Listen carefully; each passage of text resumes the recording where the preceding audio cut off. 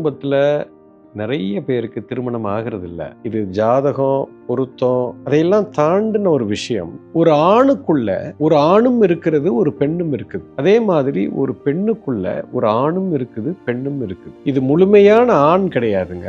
இதுல இடது பக்கம் பெண் சக்தி, வலது பக்கம் ஆண் சக்தி. அர்த்தநாரீஸ்வரர்னு சொல்றோம். ஸோ இப்போ நீங்க புரிஞ்சுக்க வேண்டிய விஷயம் என்னன்னா, ஒரு பெண்ணுக்குள்ள ஆண் சக்தி மேலோங்கி இருக்குது, பெண் சக்தி குறைவாக இருக்குது அப்படின்னா, அந்த பெண்ணுக்கு எந்த மாதிரி ஒரு ஆணை தேர்ந்தெடுக்கணும்னா, எந்த ஆணுக்குள்ள பெண் சக்தி டாமினண்டா இருக்குதோ, அவங்களுடைய குணோபாவம், அவங்களுடைய ரூட் எப்படி இருக்கணும்னா, பெண் சக்தி ஓங்கி இருக்கிற ஒரு ஆணைத்தான் இவர்களுக்கு பொருத்தமாக இருக்கும், பிடிக்கவும் செய்யும். உங்களுக்கு ஆசை இருக்கு, திருமணம் செய்து கொள்ளணும்னு ஆசை இருக்கு. இந்த ஆசை தீவிரமாக இருக்கும்போது நம்பிக்கை இழந்துடாதீங்க. நான் சொன்ன மாதிரி கொஞ்சம் கூர்ந்து கவனிங்க.